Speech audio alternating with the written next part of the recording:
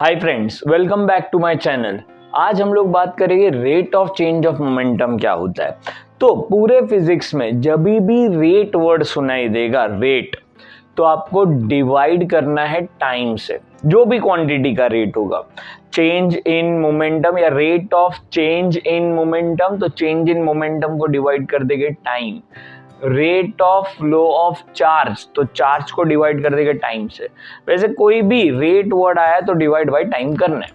तो हम लोग एक काम करते हैं, ऐसा लिखते हैं delta P divide by delta T. This is rate of change of momentum, और we can write this as D P by D T. दोनों में से कोई भी चलेगा।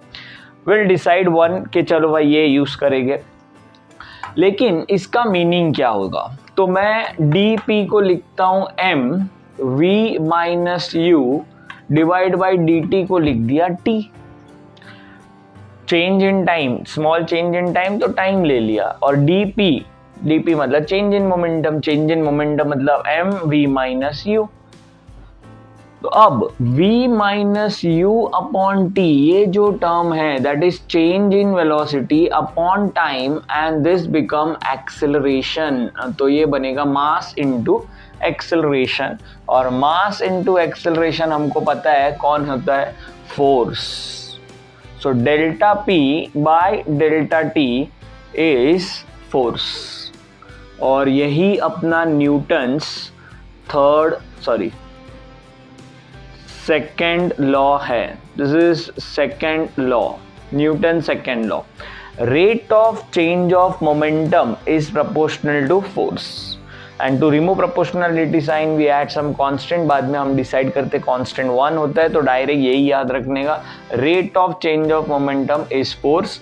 या फिर कुछ ऐसे लिख सकता हूं, d P by D t is force.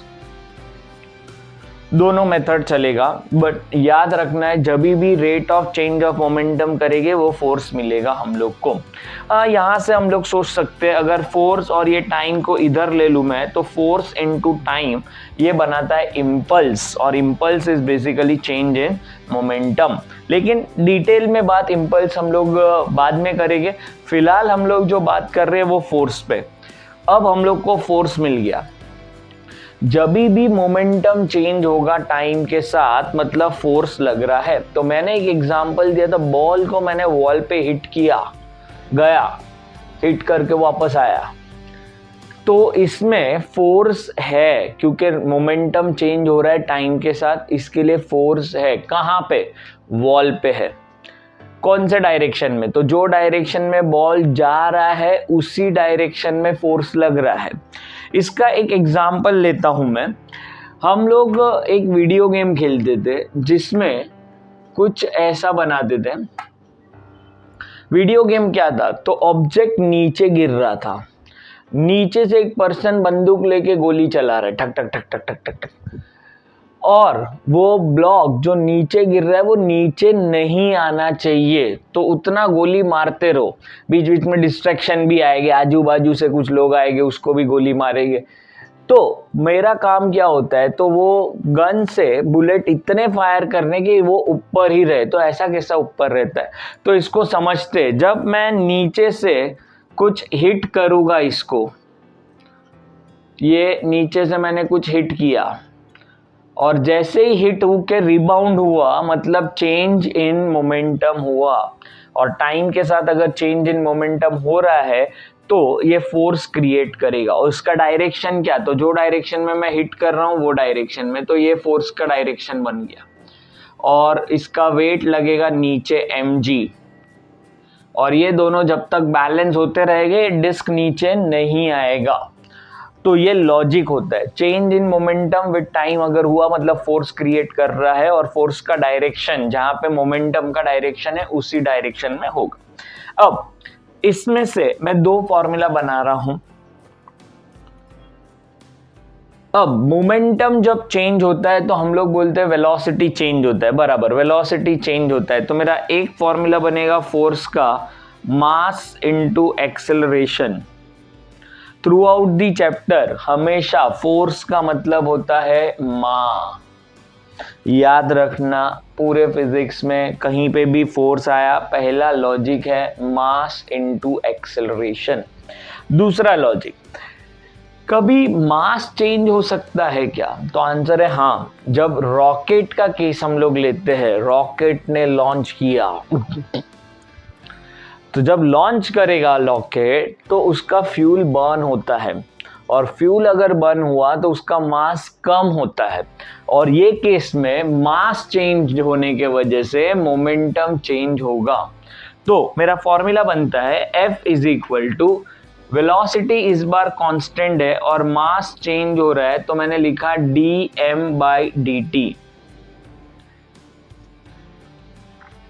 अब ये dm/dt जो टर्म रिप्रेजेंट कर रहा है dm/dt, इसको क्वेश्चन में दिया होगा this is rate of combustion या rate at which fuel is burn, तो वो dm/dt होता है, और इसका यूनिट देख के भी आप आइडेंटिफाई कर लोगे kg/सेकेंड, ये इसका यूनिट है।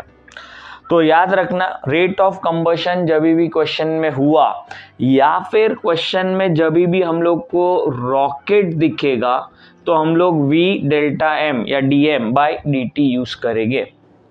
रॉकेट के लिए और दो फॉर्मूला दूंगा लेकिन बाद में, पहले तो ये बेसिक फॉर्मूला है force is equal to v delta m/डेल्टा t।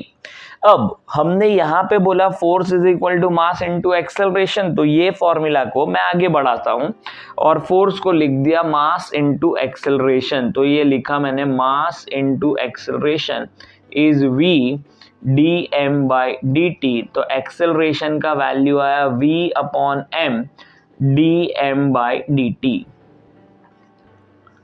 अब इसमें टर्म समझ लेते, ये m कैंसल नहीं हो सकता है बिकॉज दिस m नीचे वाला रिप्रेजेंट कर रहा है mass of the rocket, dm represent कर रहा है मास ऑफ द फ्यूल, तो ये दोनों कट नहीं होना चाहिए। v is a velocity of the rocket, dt तो चेंज इन टाइम, ये एक्सेलरेशन ऑफ द रॉकेट, इतना होगा। तो ये रॉकेट के क्वेश्चन में फिलहाल मैंने एक ही फॉर्मूला दिया है, यही फोर्स को वहां लगा के ये अप्लाई किया है, लेकिन ये मैं काउंट एक ही करूंगा, और दो फॉर्मूला देने वाला हूं लेकिन बाद में। फिलहाल तो मैंने जो बात की है आज वो है न्यूटन सेकेंड लॉ। आपको सिर्फ बेसिक याद रखना है कि फोर्स अगर फाइंड करना है तो dp/dt लेना है, मतलब momentum as a function of time हुआ तो डेरिवेटिव लेना पड़ता है। वापस बोलता हूं, अगर मुझे मोमेंटम दिया है let's say 2 cos t i cap plus 3 sin t j cap, ऐसा दिया है वेक्टर, और बोला फाइंड फोर्स, तो फोर्स का फॉर्मूला होगा dp/dt और इसका डेरिवेटिव्स लेना पड़ता है। अब डेरिवेटिव्स कैसे लेंगे इसका, तो 2 एज इट इज cos का derivative minus sin t plus 3 as it is sin का डेरिवेटिव cos t, ये मेरा फोर्स का वैल्यू। अच्छा, अगर बच्चों आप लोग को डेरिवेटिव्स नहीं आता है तो प्लीज कमेंट में लिखिए, I will make a video for you. Derivative और इंटीग्रेशन के कौन से फॉर्मूला फिजिक्स में काम आते हैं और उसको कैसे यूज करना है उसका वीडियो मैं बना दूंगा, ठीक है। तो प्लीज जिसको डेरिवेटिव्स नहीं आता है कमेंट बॉक्स में कमेंट कीजिए, डेरिवेटिव्स नहीं आ रहा है हम लोग को, तो मैं आपको सिखा दूंगा। अब कुछ बच्चे बहुत सारे डेरिवेटिव्स के फॉर्मूला याद करते हैं, जो नीट के बच्चे होते हैं, उनको उतने फॉर्मूला की ज़रूरत नहीं है। तो जब मैं वीडियो बनाऊंगा फॉर मोस्टली नीट के बच्चों के लिए तो लिमिटेड फॉर्मूला दूंगा कि इतने ही फॉर्मूला पढ़ने बेटा, उससे ज़्यादा नहीं। हमारा टारगेट नीट है, मैथ्स नहीं। और जेई वाले जो बच्चे हैं उनको ऑलरेडी मैथ्स आता है, मैथ्स में डेरिवेटिव चैप्टर आएगा तो they will understand how to take the derivatives, तो that is not an issue. तो आज हम लोग ने बात की है न्यूटन सेकेंड लॉ पे, इसका एप्लीकेशन विच इज इम्पल्स हम लोग नेक्स्ट वीडियो में बात करें। For that stay tuned.